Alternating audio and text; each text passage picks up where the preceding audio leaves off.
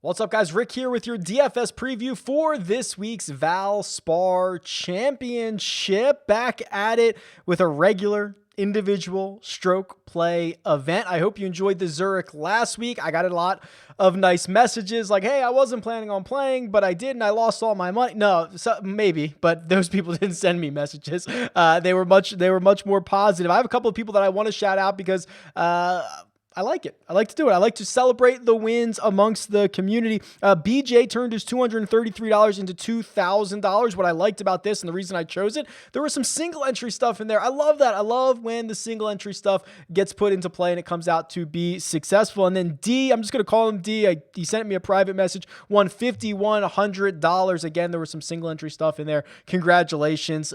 There was other messages, but I like to pick a couple and point them out, and hopefully you guys enjoy as well. I also have winners from last week for subscriptions to RickRunGood.com. They are PJ Berardi and Phil C. I've reached out to both of you to get you set up, so just get in touch with me. If you want to win a subscription to RickRunGood.com, if you want to join the community, if you want to use the tools that hopefully help you win or at least make informed decisions, that's really the point of all of this. There are two ways to enter. If you're here on YouTube, you can make sure you like the video and tell me below who is going to win the Valspar Championship. If you are going over to iTunes, and I'll link it in the description, leave a 5-star rating and review on the podcast version of this show. It's called 300 Yards to Unknown. Leave a 5-star rating and review. Say something nice about the show. Leave me your Twitter handle so I can get in touch with you. Those are two ways to enter. You can do them both. Double your chances. There are 2 live chats again this week. We are back at it for our 3 p.m. Wednesday live chat, Rick Run Good YouTube channel, ownership, weather, questions and answers, whatever you want for the Valspar.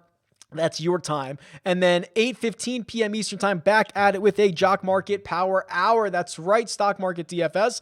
Took the week off last week because the team event wasn't able to get it set up for the Jock Market, but we are back at it this week with money to give away. 8:15 p.m. Eastern time, Rick Run Good YouTube channel. Other than that, enjoy the week. Let's do it. Let's have a good time. All right, the Valspar Championship, Innisbrook Resort and Golf Club. This is the Copperhead course, which makes sense because there is that 3-hole stretch at the end, 16, 17, 18, known as the Snake Pit. That is one of the most difficult stretches of holes that we get on the PGA Tour. Can you name some of the others? The Undertow, that's at Farmers. We've got Amen Corner, which is difficult, but more famous than difficult, I would say. We've got... let's think about this. Why am I blanking on these? We did these on the first cut the other day. Anyway, here we go. Let's go through this course. It's par 71. It's difficult. It is notoriously one of the more difficult courses that we get on the PGA Tour. Single digits under par, has won, I believe, 3 of the last 6 of these events. So we can look at that. But here, let's just go straight down to the key stats. This is where I think everything is important because we get a really good set of history at Innisbrook. We've been holding the event here for quite some time, so the data is very strong. And what it says is, while there's not a ton of really strong correlations, strokes gained around the green is quote-unquote the most important stat. There are 21 courses on the PGA Tour where strokes gained around the green is more important, but here it remains one of the most important stats. And that is not unusual for difficult golf courses. If I change the tournament, let's look at the Memorial. That's probably one. Yeah, strokes gained around the green, also the most important stat. If we go to something like API, Arnold Palmer Invitational, strokes gained around the green, 3rd most important stat, also in the 20s. So you see this at some of the more difficult golf courses because what makes golf courses difficult? It can be a lot of things. It could be narrow fairways and thick rough. It could be firm and fast greens. It could be small greens. That's what tends to make these courses more difficult. And all of those things would increase the rate of missing the green on your approach shot. So being able to get up and down the around the green play is usually be important. We see it at Torrey Pines as well, a place where you're going to miss greens, you're going to miss fairways, you're going to have to try to hit approaches out of the rough, and things get a little bit hairy when you start doing that. So around the green, number one. Approach number two, no surprise there. Approach is always critical. And then driving accuracy. So when we're looking for those types of players, who are those players? Well, let's start with around the green, and we'll go in the last 50 rounds is what I've got loaded in here. And this is actually a surprise name for me at the top. I was expecting Patrick Reed. I was expecting, Brendan Todd. I don't know. He's not even in this field, I don't think. It's Scotty Scheffler. Scotty Scheffler gaining nearly a half a stroke around the greens in his last 50 rounds. It's better than Ben On, who is second, JT, who is third, Louis Oosthuizen is fourth, and Adam Hadwin, who's fifth. Now, if we go more recent, let's say the last 16 rounds. So this would probably be about 4 events for most of these golfers. The names do change pretty significantly. Kevin Na is now number 1. Brandon Hagee stays there. He's number 2. Louis Oosthuizen, who we're going to talk about, Cameron Tringale, and Charles Howe III round out the top 5 there. If we're looking for strokes gained approach and we want to keep this small sample size, well, no surprise that JT is number 1. Paul Casey's number 2. He has won this event back-to-back years, going for the three-peat. Tom Hoagie is 3, Taylor Gooch is 4, Doug Gim is 5. So these are the types of players that we are looking for. You could throw in an old school stat like scrambling, because you're going to want to be able to get up and down for par. Par is often going to be a good score. And you can, of course, go down here to the tour stats and really click any stat that you want. You can have at it, have a great time. But I'm kind of sticking with around the green. And then we'll take a look at the golfers who are playing well at the moment. And we'll try to parse through what the heck we do with the Zurich Classic results. So let's take a look at the cheat sheet, and this is much more of a classic traditional week. A lot of great course history. We know a lot about this event. They're playing solo again, so all that good stuff in there. I did load in the Zurich results, so you will be able to see those for the guys that played, but we've got 5 golfers over $10,000. It's JT, it's DJ, it's Victor Hovland, it's Patrick Reed, and it's Paul Casey. It's always a little bit jarring not to see Dustin Johnson's name at the top of this board, of the betting board, of the player pool, whatever you want to call it. It's always a little bit surprising to not see his name there. So we're going to get to him in a second, but let's do a bit of a deeper dive on Justin Thomas, who we have not seen play since the Masters. Now, he finished 21st there, but I have to tell you, it was tracking like a JT win. I don't know if you guys remember this, and maybe I can pull it up here in, let's do this, in the Holy Grail by round. And I'll just click JT's name because I know he should be here. Okay, so here are his last 4 rounds. And these are the strokes gained metrics that are not official from the Masters, but they are, in my opinion, very, very accurate. So he goes out like a banshee rounds 1 and 2. He's playing great. He gets to round 3. He's like 2 shots off the lead when they have that weather delay. Remember that? The weather delay, the 77 minutes where Hideki Matsuyama went and sat in his car and scrolled through his iPhone. That delay, when Hideki came out and went nuts and went nuclear and was scorching hot and played his last 8 holes at 6 under, JT went in the opposite direction. He was never the same after that. He made a triple on I think 13, which is a par 5. He was just never the same, and he went in the opposite direction. He finished 21st, but it almost felt like without that weather delay, he was going to be in contention all weekend long, and it just didn't happen. So I'd actually argue this 21st place finish is not really all that representative of how he actually played. I think he played a lot better. And then you start looking at his other results. Well, the start before that was the match play. He did not win his group. He was in the group of death. I can give anybody a pass for not making it out of their group. And then the start before that, he won the Players Championship. So I don't think there are too many concerns around Justin Thomas. He's not played this event since 2017. He missed the cut then. If we go to his full history, let's see if he's played this. He's played it 3 times. He's missed the cut in 2017, 18th in 2016, 10th in 2015. So he does have some decent results. And I have very little concerns about the current state of his game. And he is one of the best around the green players, right? We know if we're going to take the two stats that are most important, approach and around the green, JT's that guy. He is that guy. So I have no concerns about that. Let's talk about Dustin Johnson, because I think this is a hair more interesting. He has only by his own standards played poorly. By anybody else's standards, this would be a pretty great run of golf. He goes 13th at the RBC Heritage. That's his best result in his last 5. That's his only result inside the top. I don't know what you want to call it because the match plays in there. Call it top 25. But remember, this guy won the Masters 1, 2, 3, 4, 5, 6, 7, 8 starts ago. He won again at the Tour Championship 4 starts before that, and the Northern Trust 2 starts before that. I mean, he just hasn't played a whole lot, and some of the recent results have not been all that good. He's been switching up the putter a bit. We know he's such a tinkerer with the putter. That is starting to come around. Gained 5 strokes at RBC Heritage. That's a great sign. When he starts getting that going, I think it's watch out world. So really, I don't have as many concerns around DJ as maybe others do. I'm hoping that by the time we get to Thursday morning, he is a significant discount off of maybe Justin Thomas in terms of projected ownership, and I can be kind of a contrarian and roster DJ, because again, my New Year's resolution: play more DJ. He wins golf tournaments. He's awesome. Like, play more DJ.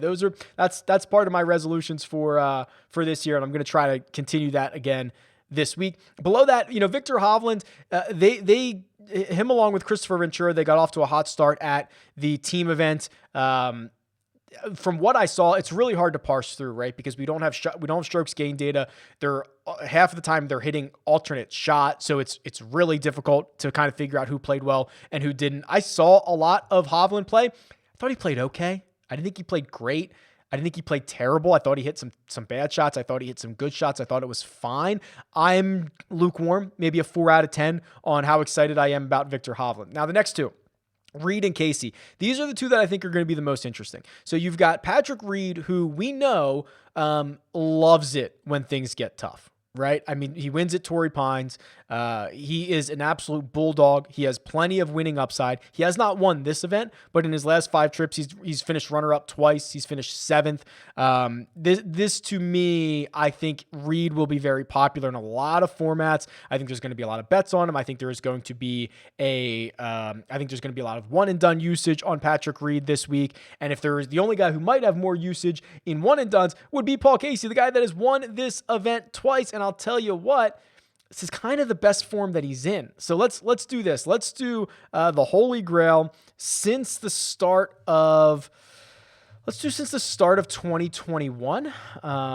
So we've got basically 4 months or so of data that we can look at, and we can sort by strokes gained total of golfers in this field. And the names might surprise you a little bit. First of all, Charlie Hoffman is number 1. We're going to talk quite a bit about him in a second. He's a little bit further down. Corey Connors is 2nd. Chris Kirk is 3rd. And then that man right there, Paul Casey, is 4th. Now this does, again, I have to remind you, does not even include his European Tour victory. So by all accounts, he is actually better than the metrics that he's putting out there on the PGA Tour at the moment. So keep that in mind as we talk about Paul Casey this week. He's an even $10,000. He's won this event twice. He's going to be very popular. He's playing well at the moment. So the way that I kind of rank these guys in the 10K in my order of preference of wanting to play them, it's probably DJ, then JT, because I think that DJ is trending in the right direction. Is going to come in at a lower ownership. I really like Reed winning upside. Casey is just fine. And then Hovland is probably a 5th place finish for me out of these guys. And it's really only because he's like, I'm not as comfortable with him as I am with the other guys. But there's, of course, above $10,000, plenty of great options. The 9K range, early front runner for most popular golfer on the slate, Corey Connors. He is the third shortest odds on most sports books, yet he is being priced on DraftKings as the seventh most expensive golfer. So there's a disconnect there, and that disconnect is going to really allow people to plug him into a lot of lineups. He's coming in with unbelievable form, 3 consecutive top 15 finishes. He's finished inside the top 15 in 5 of 6. He's only played this event once. He has finished 16th. He is cut from the exact mold that is Paul Casey, where they are both excellent ball strikers and worse around the green. I mean, look at this. Let's just compare Corey Conners to Paul Casey. So they are off the tee. Conners is about a plus 1.3 and Casey is about a plus, I'm doing mental math in my head, let's call it 1, a little bit shorter than 1. And then they both lose 0.14 around the greens, and they both lose about a quarter of a stroke on the putting surfaces. They are literally very similar golfers. They're cut from the same cloth. So you're getting not only a $400 discount on from Conners to Casey, the guy that has won this event twice. Conners is also coming in some of the best form that we have on the PGA Tour right now. So this all signs pointing to Corey Conners being the most popular play. I do find Scheffler and Louis Oosthuizen to be pretty interesting pivots if you're looking to make another move. You know, Louis, let's look at Louis because he is, I know it can be difficult to roster a guy who makes a habit out of finishing second, and the fact that he has never won on American soil is certainly scary, and he doesn't play a whole lot, but when he plays well. Right? He had a top 25 at the Masters. He finished runner-up in a playoff at the Zurich Classic last week with Charles Schwartzel.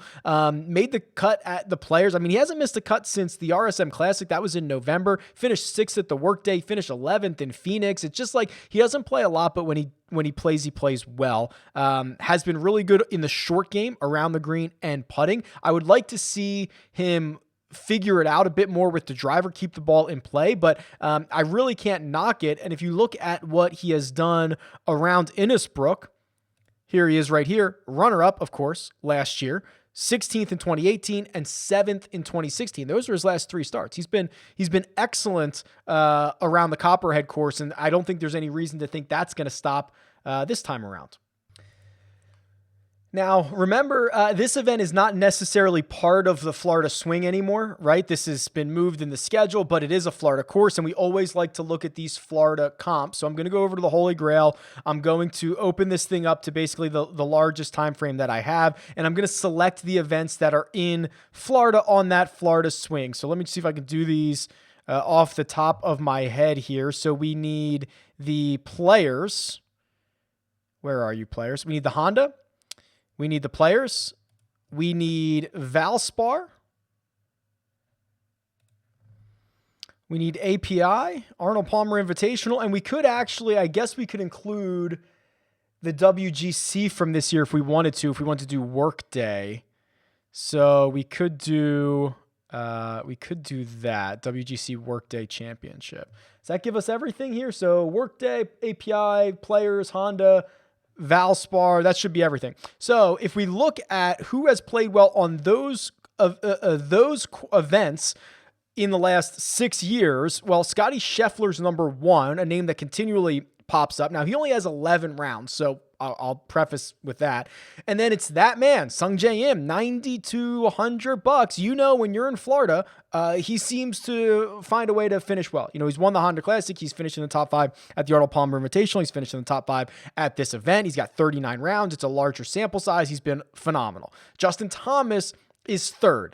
58 rounds. Then we got a couple of guys with small sample sizes, Chase Seifert, Chase Koepka, and then Paul Casey with 50 rounds would be next on that list. So if you're into the whole Florida narrative, there's a couple of guys in this $9,000 range that certainly fit the mold. There's Scotty Scheffler, there's Sungjae Im. Sungjae, I'm pretty interested in Sungjae.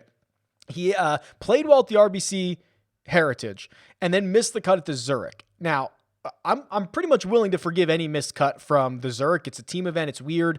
We have no idea if he played well and Benyon didn't. We know that Benyon has not been playing well. That was his partner for the week. I'm willing to write that off. I'm kind of buying back in on Sungjae at the moment. The $8,000 range. Yeah, this is a pretty plentiful tier. I like a lot of guys here. Bubba's at 8,900. He's finished fourth here. He's playing well. I think I'm getting warmer on Justin Rose. I'm like a 6 out of 10 at this point. I'm not super stoked about it, but I would not blame you. Jason Kokrak will be popular. Here's the guy. I showed it earlier. Charlie Hoffman, since the start of 2021, has been phenomenal. He's been the best player in this field. I'm not sure that's really an exaggeration, right? We looked at the strokes gained total.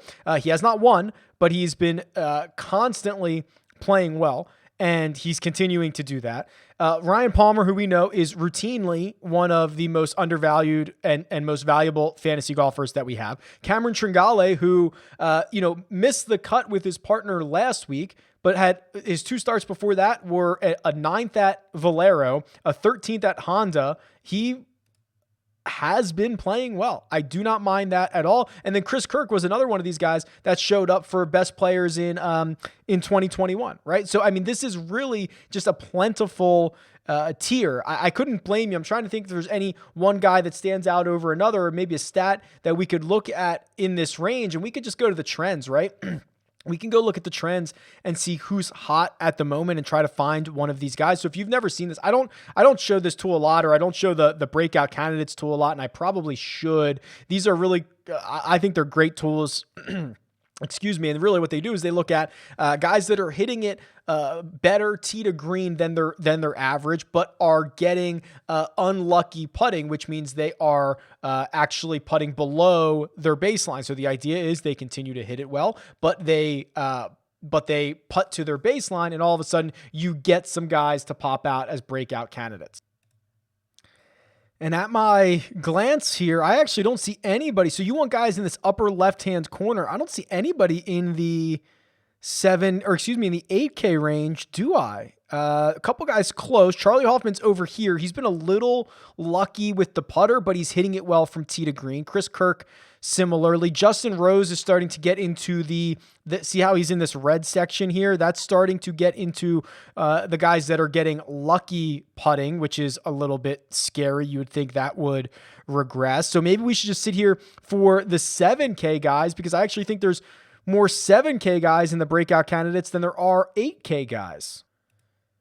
So Burns and Lonto Griffin would both fit this mold. So basically what this is saying, if I hover over this, what you can see is Sam Burns from tee to green is about 9/10 of a stroke per round better than his baseline. That's good. So he's hitting it really well, but he's actually a full stroke worse with the putter. So the idea is if he comes back with the putter, that's a stroke per round. And if he stays at his above baseline tee to green, that's a breakout candidate. So he's in there.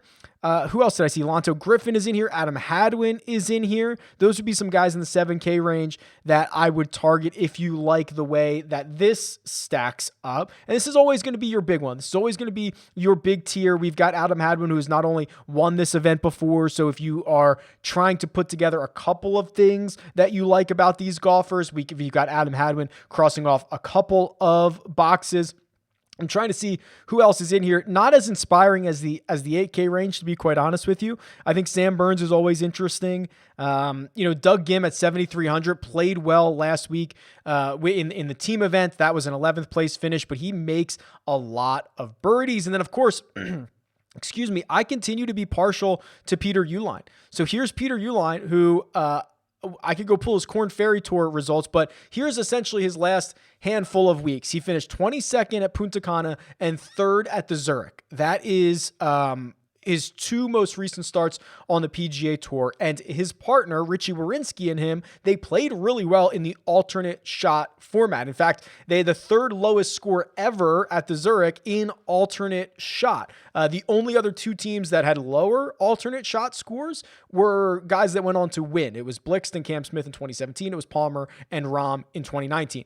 So that is a testament to how good their game was last week, a complete team effort. He has also won on the Korn Ferry Tour 2 weeks ago in Vegas. He finished runner-up on the Korn Ferry Tour like 4 starts ago. So he has got, if you compile his Korn Ferry and his PGA Tour results really good results recently. He's $7,300. He has at least a bit more of a pedigree than some of these guys that come up on the Korn Ferry Tour and kind of just pop their head up from time. So Peter Uihlein in the $7,300 range to me is very, very interesting.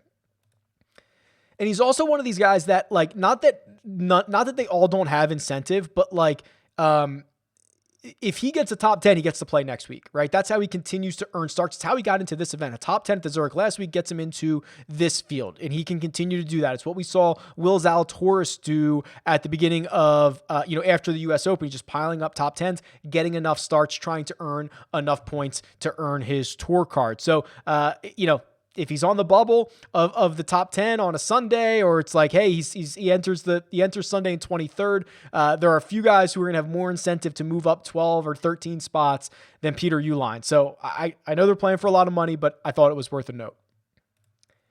And we really have to look at what Phil Mickelson has done. So let me clear this Florida swing thing that I've got going on here. And let me pull up Phil Mickelson, because this was a surprise that he registered for this event, because he has not played this event since the start of 2004 season. That was 17 years ago. 2004 season was the last time he played this event. But look at what he's doing. And maybe this is why he wants to get out on the golf course.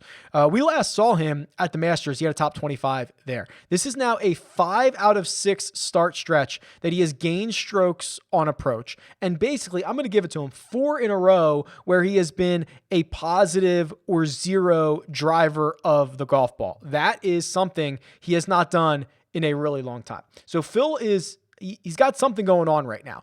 I don't know if he can contend. I don't know if he can win it, all that stuff, but we are seeing signs of what he did. The last time that he did this, he actually won a tournament. The last time we saw him do this was the start of 2019. It was right here. It was the win at Pebble Beach. It was the runner-up at the Desert Classic. This is the same type of stretch we're in. He's going to have a lot of things go his way, but I really am starting to buy on Phil, and now he's only he's $7,200. $7,200. So I'm probably buying on Phil until we start to see him lose the ball striking again. The 6K range has a couple of names. If we like Peter Uihlein, we probably have to like Richie Werenski as well. Again, part of that team that was awesome in alternate shot. Werenski, much more of a popper. So just look at his last 5 starts. He's got a 4th place finish at the Arnold Palmer Invitational. Miscut, third. So I don't think you're buying Werenski for any level of security, but if you're looking for upside and maybe he can continue the success that they had last week, he would be an interesting guy at $6,900. Other than that, I don't mind getting back on Chase Seifert, another guy who plays well in Florida, right? He popped up on that. He popped up on something we did earlier. One of the models that we ran earlier.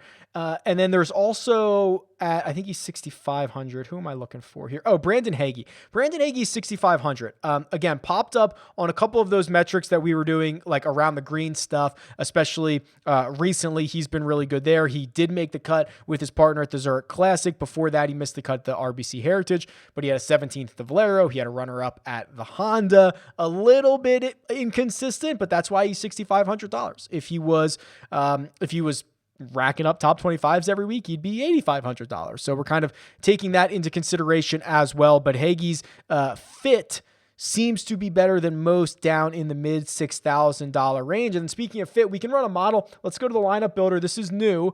Again, just launched a couple of weeks ago.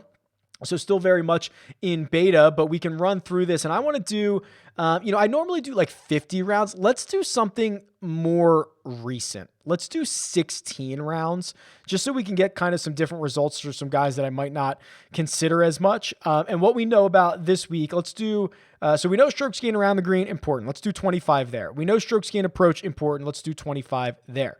I know that, let's see, I want to do like birdie or better. So let's do 20 on birdie or better. I'm going to do a little bit on scrambling. I don't love that stat as a whole, but I think this week it's acceptable. And then I don't want to I've got 20 left. Let's do 10 off the tee, and I don't want to double count any of these. Let's just do 10 on putting. and see what this comes up with. Let's sort by value. Oh boy. Okay. So probably no surprise that Justin Thomas is number one. Actually, the top three golfers in my model are over $10,000. Probably not that big of a surprise. It's Justin Thomas, it's Patrick Reed, it's Paul Casey. Cameron Tringale's fourth. Interesting. He's $8,400. That would be a really good price. Lonto Griffin is fifth, $74. You do not need to twist my arm to play Lonto Griffin. Louis Oosthuizen, Scotty Scheffler, Jason Kokrak, Charlie Hoffman are next for me. This is pretty interesting. These are guys that kind of fit with what I was already looking at. Scheffler, I don't know how much noise Scheffler is going to make around the industry this week. He's seemingly everything I run, his name is popping up. That could be pretty interesting. Louis as well. I'm wondering what those two do at 95 and 9,800 with the Corey Connors mega chalk likely coming. What Louis and Scotty Scheffler look like. I'm very interested in that. So, okay. Maybe I could I fade the 10K range and make lineups that way? Start with Louis and Scotty. Interesting. Okay. Well, that's what I'm going to do. I'm going to deep dive some of those guys. You can, of course, build any model that you would like on RickRunGood.com. It's where all the tools are that I just showed you. So yeah, I think that'll do it. Best of luck this week, and I'll talk to you guys soon.